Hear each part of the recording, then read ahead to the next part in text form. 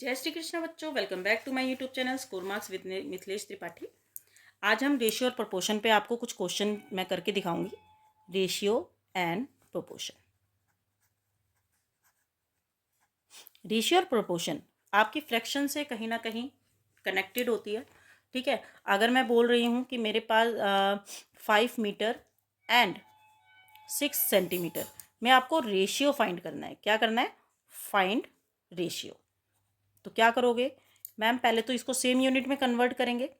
ठीक है, 5 metre centimetre. तो हमें पता है कि 1 मीटर में 100 सेंटीमीटर होते हैं। तो 5 मीटर में कितने सेंटीमीटर होंगे? 500 सेंटीमीटर। ठीक है, तो अब हमें रेशियो निकालना है 500 सेंटीमीटर का, और रेशियो का साइन हमेशा ये होता है आपका, और 6 सेंटीमीटर का। ठीक है, तो अब दोनों सेंटीमीटर में है, तो इसको हम लिखेंगे अब पी अपॉन क्यू के फॉर्म में। किसके अपॉन में फॉर्म लिखेंगे? पी अपॉन क्यू के फॉर्म में, जो कि आपका एक फ्रैक्शन होता है। ठीक है, फ्रैक्शन की तरह होता है। तो कर दिया हमने इसको।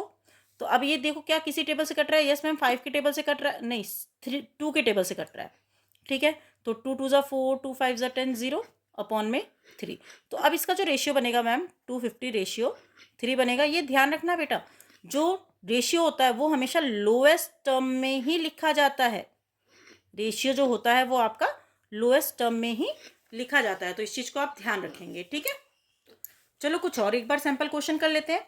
हमें बोला है कि रेशियो फाइंड करना है। दूसरा क्वेश्चन हमारा क्या बोला हुआ है? रेशियो फाइंड करना है आपको 3 किलोमीटर एंड 1650 मीटर। तो क्या ये सेम यूनिट है? नहीं मैम, ये भी सेम यूनिट नहीं है। तो इसको पहले कन्वर्ट कर लेते हैं। किलोमीटर में 1000 मीटर होते हैं, तो ये 3000 मीटर हो जाएगा। Ratio 1650 metre. तो अब हम इसको फ्रैक्शन के फॉर्म में लिख लेते हैं। 3000 डिवाइडेड बाय 1650। देखो लास्ट में एक जीरो दिख रही है, यहाँ पर ऊपर भी एक जीरो मिल सकते हैं, कट हो गया। अब हमारे पास बचा क्या? 300 अपॉन में 165। यहाँ लास्ट डिजिट 5 है, लास्ट डिजिट 0 है, तो इसका मतलब कि ये 5 के टेबल से डिवाइड हो सकता है। यस, हो सकता है। तो 5 के टेबल से 5 6 30, 0, और 5 3 15, 5 3 15। अब क्या लग रहा है आपको कि किससे डिवाइड हो सकता है? ये 3 के टेबल से डिवाइड हो सकता है ना? तो 3 के टेबल में 6 20 पे आता है 60, और 3 1 3, 3 1 3। तो अब आपका इसका रेशियो कितना लिखोगे? इसका रेशियो आप लिखोगे 20 रेशियो 11। चलो एक क्वेश्चन हम और इससे रिलेटेड कर लेते हैं। ठीक है, एक क्वेश्चन है, हमें रेशियो निकालना है 20 डेज का एंड 200 आवर्स का। तो देखो बेटा, 20 डेज, अब डेज में आर, या तो दोनों को हम सेम यूनिट कर लेते हैं। डेज से आवर्स में जाना इजी होगा हमारे लिए, क्योंकि हमें पता है कि 1 डे में हमारे पास 24 आवर्स होते हैं। ठीक है, तो 20 डेज को चेंज कर लेते हैं। 20 डेज में कितने होंगे? 24 मल्टीप्लाई बाय 20। तो अब हम क्या करेंगे? 24 को 2 से मल्टीप्लाई करेंगे, और एक जीरो हम ऑलरेडी पीछे लगा देंगे। ठीक है, 2 4 ज़ा 8, 2 2 ज़ा 4। इससे हमारी ना कैलकुलेशन थोड़ी सी ईजी हो जाती है। जो जीरो वाली कैलकुलेशन है उसको हमारे लिए बहुत आसान हो जाता है। हम नंबर को नंबर से मल्टीप्लाई करेंगे, और जितनी जीरो पीछे उतनी जीरो लगा देंगे। ठीक है, तो अब हमारे पास हो गया 20 डेज को हमने किस में कन्वर्ट किया? 480 आवर्स में कन्वर्ट किया, और रेशियो 200 आवर्स इसी में हमें निकालना है ना? तो चलो अब फटाफट इसको फ्रैक्शन के फॉर्म में लिख देते हैं। 480 अपॉन में 200। देखो फिर से एक जीरो, एक से एक जीरो कट गया, क्या बचा हमारे पास? 48 अपॉन में 20। मैं आपको ना लेट मतलब हम डायरेक्ट भी कट कर सकते हैं, बट मैं आपको कटिंग करना थोड़ा सिखा रही हूँ, ताकि आप पेपर में कोई गलती ना करें। ठीक है, तो देखो 48 20 आई थिंक 3 के टेबल से कट रहा है। अब आप मैम, आपने कैसे पहचाना कि 3 के टेबल से कट रहा है? 3 की डिविजिबिलिटी रूल क्या होता है कि जब हम नंबर को यानी डिजिट को आपस में प्लस करके देखते हैं, अगर वो पूरा का पूरा 3 से डिवाइड है, तो इसका मतलब कि वो पूरा नंबर 3 से डिविजिबल होगा। जैसे देखो 8 और 4 कितने होते हैं? 12। 3 के टेबल में 12 आता है। यस, तो कट करो।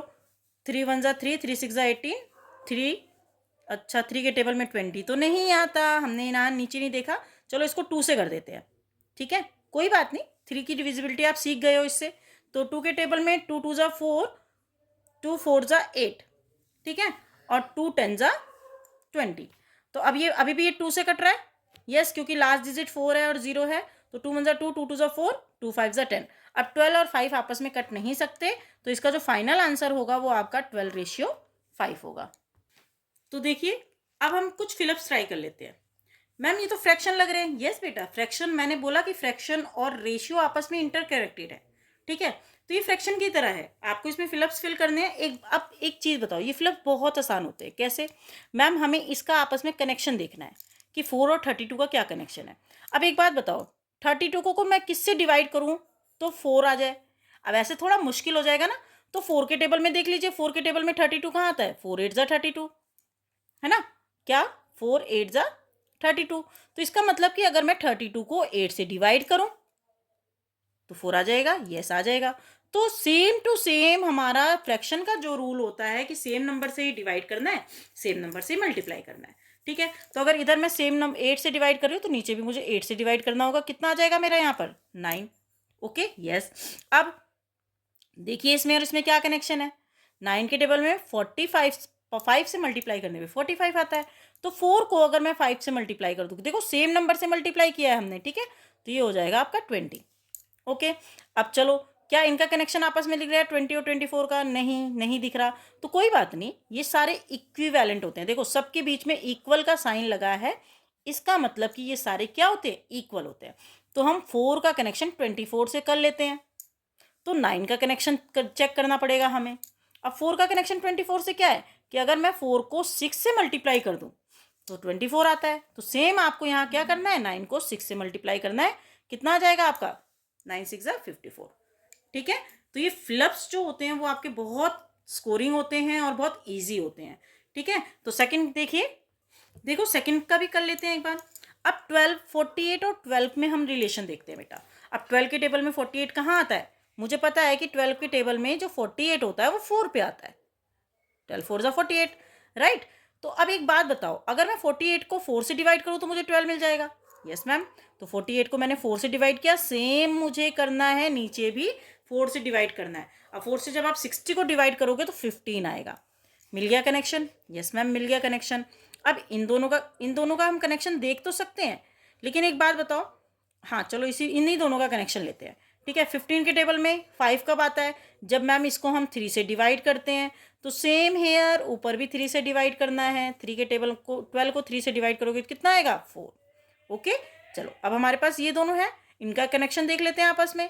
ठीक है, 4 के टेबल में 32 कहाँ आता है? 4 के टेबल में 32 8 पर आता है, तो 5 को भी 8 से मल्टीप्लाई करेंगे तो कितना आ जाएगा? 40 आ जाएगा। क्लियर? क्लियर? आई होप आपको ये चीज़ समझ में आई होगी। चलिए नेक्स्ट करते हैं रेशियो और प्रोपोर्शन का एक टॉपिक। देखिए नेक्स्ट क्या बोला हुआ है? Right 4 equivalent ratio of 2 ratio 5। अभी तक आप इक्विवेलेंट फ्रैक्शन पढ़ रहे थे। ठीक है, मैंने कहा ना फ्रैक्शन और रेशियो का कनेक्शन है, तो आपको इक्विवेलेंट रेशियो लिखने हैं। तो चलिए इसको पहले फ्रैक्शन के फॉर्म में लिख लेते हैं, 2:5। अब इसके मुझे 4 इक्विवेलेंट फ्रैक्शन लिखने हैं। तो चलो, एक तो हमारा 2/5 है, दूसरा हम इसको 2/5 को 2 से मल्टीप्लाई कर देते हैं सेम नंबर से। ठीक है, तीसरा हम 2/5 को 3 से मल्टीप्लाई कर देते हैं। नेक्स्ट हम 2/5 को 4 से मल्टीप्लाई कर देते हैं। तो हमें 4 रेशियो लिखने ना, एक और लिखना पड़ेगा हमें।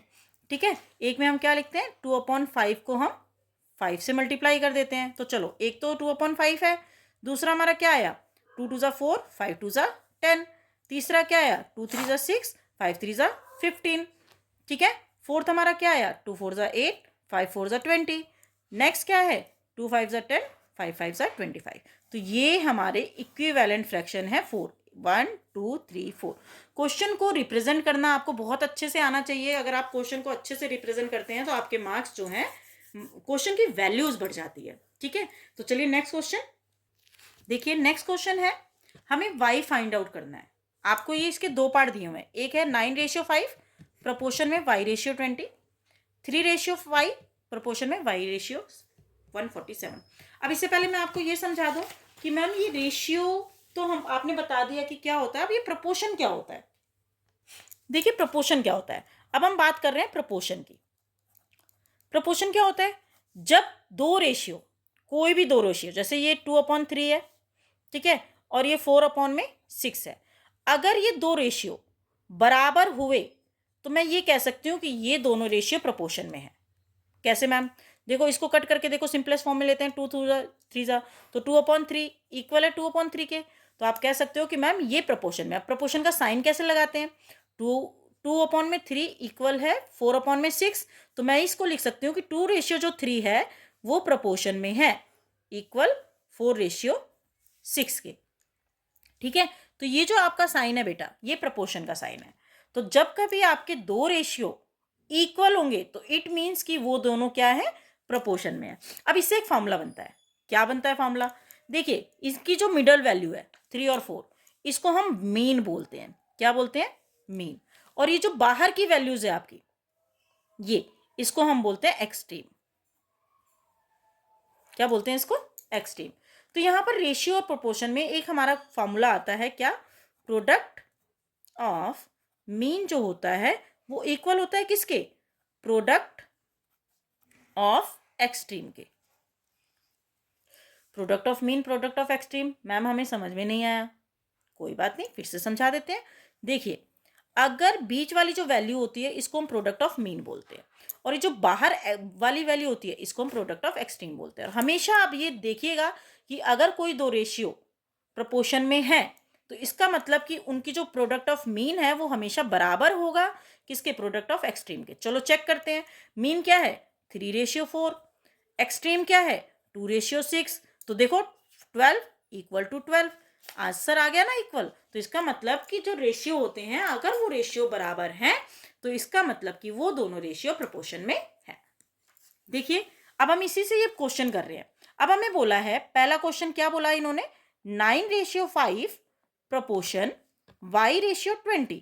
अगर ये रेशियो ये प्रोपोर्शन में है तो आपको y की वैल्यू निकालनी है। चलिए मिडल वैल्यू को पहले सर्कल कर लेते हैं ताकि हमसे कोई गलती ना हो। तो हम यहां पर लिख रहे हैं प्रोडक्ट ऑफ मीन इक्वल होता है प्रोडक्ट ऑफ एक्सट्रीम के। ठीक है, प्रोडक्ट ऑफ मीन क्या है ma'am? 5 multiply by Y. Product of extreme क्या है मैम? बाहर वाली वैल्यूज। ठीक है, 9 मल्टीप्लाई बाय 20। अभी हम इसको मल्टीप्लाई नहीं करते, देखो y यहीं पे है, 5 को उधर ले जाते हैं ताकि y की वैल्यू निकाल सके। 9 इंटू 20 और 5 यहाँ आकर डिवाइड हो जाएगा क्योंकि यहाँ मल्टीप्लाई हो रहा है। 5 से 20 कट रहा है, 5 4 जा 20। तो 9 को 4 से जब मल्टीप्लाई करेंगे तो y की वैल्यू कितनी आ जाएगी? 36। ये आपकी y की वैल्यू आ गई। दूसरी वैल्यू ले लेते हैं। चलिए, थोड़ा सा हमारे पास स्पेस कम है तो दूसरी वैल्यू ले लेते हैं। दूसरा क्या है? 3:y प्रोपोर्शन में y:147। ध्यान से देखना बेटा। अब यहां पर हम क्या कर रहे हैं? प्रोडक्ट ऑफ मीन सर्कल कर लेते हैं ताकि हमसे कोई मिस्टेक ना हो। ठीक है, तो लिख दो भाई, फॉर्मूला लिखना बहुत जरूरी है। फॉर्मूले लिखने से हमारा जो क्वेश्चन का इंप्रेशन होता है वो अच्छा पड़ता है। प्रोडक्ट ऑफ मीन जो है वो किसके इक्वल है? Product of extreme. ठीक है, अब प्रोडक्ट ऑफ मीन क्या है? y है तो y इंटू वाई, और प्रोडक्ट ऑफ एक्सट्रीम क्या है? 3 इंटू 147। अब मल्टीप्लाई करेंगे तो y को जब y से मल्टीप्लाई करेंगे तो ये हो जाएगा y का स्क्वायर, और 147 को 3 से मल्टीप्लाई करके देखो, 3 7 जा 21, 2 3 4 जा 12, और 2 14, 1 3 1 जा 3 और 1 4, 441। अब यहाँ पर आपको स्क्वायर आने चाहिए। 441 किसका स्क्वायर है? 441 मैम 21 का स्क्वायर है। यानी अगर मैं 21 को 2 बार मल्टीप्लाई करूं तो मेरा 441 आएगा। अब y का स्क्वायर इक्वल टू किसके कर दिया मैंने? 421 का स्क्वायर। अब यहाँ स्क्वायर से स्क्वायर कट गया और y की वैल्यू 21 आ गई। रेशियो और प्रोपोर्शन के लिए आपको स्क्वायर्स याद होने चाहिए। स्क्वायर देखिए बेटा, नेक्स्ट क्वेश्चन हमारा क्या है? नेक्स्ट क्वेश्चन है हमारा, verify that 20, 80 and 320 are in continued proportion। अब ये मैम नया वर्ड ले आए हो आप, कॉन्टिन्यूड प्रोपोर्शन क्या होता है? तो कॉन्टिन्यूड प्रोपोर्शन क्या होता है बेटा कि जब हमारे पास 3 वैल्यू होती है ए बी एंड सी। ठीक है, तो जब हमारे पास वैल्यू 3 होती है और हमें प्रोपोर्शन के लिए वैल्यू कितनी चाहिए होती है? 4 चाहिए होती हैं। तो उस कंडीशन में हम क्या करते हैं? उस कंडीशन में हम जो ये सेंटर वाली वैल्यू होती है ना, इसको डबल कर लेते हैं। जैसे देखिए, ए रेशियो बी प्रोपोर्शन में बी रेशियो सी। ठीक है, अब यहाँ पर क्या हो गया? प्रोडक्ट ऑफ मीन यानी B into B equal to A C, यानी बी का स्क्वायर जो है वो ए सी के स्क्वायर के ए सी के इक्वल होता है। ये होता है कॉन्टिन्यूड प्रोपोर्शन। तो हमारे पास यहाँ पर 3 वैल्यू है। पहली वैल्यू क्या है? 20। दूसरी वैल्यू क्या है? 80। तीसरी वैल्यू क्या है? 320। तो चलो इसको सॉल्व करते हैं। ठीक है, 20 रेशियो 80। अब प्रोपोर्शन में किसको डबल करेंगे बेटा? मिडल वैल्यू को, यानी 80 को डबल कर लेंगे, 80 रेशियो 320। ठीक है, अब वही फिर से हमें फॉर्मूला लगाना है, क्या ma'am? Product of mean equal to product of mean is equal to product of extreme. मैं शॉर्ट फॉर्म लिख रही हूँ, आप शॉर्ट फॉर्म नहीं लिखेंगे। ठीक है, आपको एग्जाम में शॉर्ट फॉर्म नहीं लिखना। प्रोडक्ट ऑफ मीन क्या है? 80 इंटू 80 इक्वल टू 20 इंटू 320। तो चलो 8 को 8 से मल्टीप्लाई करोगे तो 64, और एक जीरो यहाँ, एक जीरो यहाँ। मैंने कहा था ना जीरो वाली मल्टीप्लिकेशन बहुत ईजी होती है। ठीक है, अब 32 को 2 से मल्टीप्लाई कर दो, 2 2 ज़ा 4, 2 3 ज़ा 6, और एक जीरो यहाँ, एक जीरो यहाँ, कितने हो गए? 6400। तो क्या ये कंटिन्यूड प्रोपोर्शन में है? यस मैम, क्योंकि दोनों का आंसर क्या आया है? इक्वल आया है। तो आप लिख दो yes they are in continued proportion. ठीक है, तो ये कुछ प्रपोर्शन की बेटा इंपॉर्टेंट एक्सरसाइज है जो कि कई बार हम नहीं कर पाते हैं, हमें थोड़े से डाउट हो जाते हैं। चलिए एक्स की वैल्यू फाइंड आउट करनी है। ठीक है, हमारा नेक्स्ट क्वेश्चन है find X if X 12, 9 X and 12 are in continued proportion. Continued proportion. तो देखिए किस वैल्यू को डबल करना है मुझे? एक्स को। तो हम लिख लेते हैं 9 रेशियो एक्स प्रोपोर्शन में एक्स रेशियो 12। अब प्रोडक्ट ऑफ मीन क्या है आपका? देखो सेंटर वाला है ना, तो x multiply by X equal to 9 multiply by 12। मैंने यहाँ पर नहीं लिखा तो मैं साइड में लिख देती हूँ।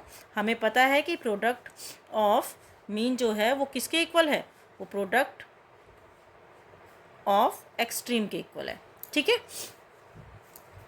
तो x और x क्या हो जाएगा? X square. अब 9 को 12 से करोगे तो कितना आएगा? 9 2 ज़ा 18, 1 9 1 ज़ा 9 और 10। ठीक है, तो देखो यहाँ पर है x इक्वल टू 108, बट 108 किसी का स्क्वायर नहीं है। तो आई होप क्वेश्चन में थोड़ी सी गलती हो गई है शायद। हाँ, ये बेटा ये है आपका 9 पहले है, फिर 12 है, फिर x है।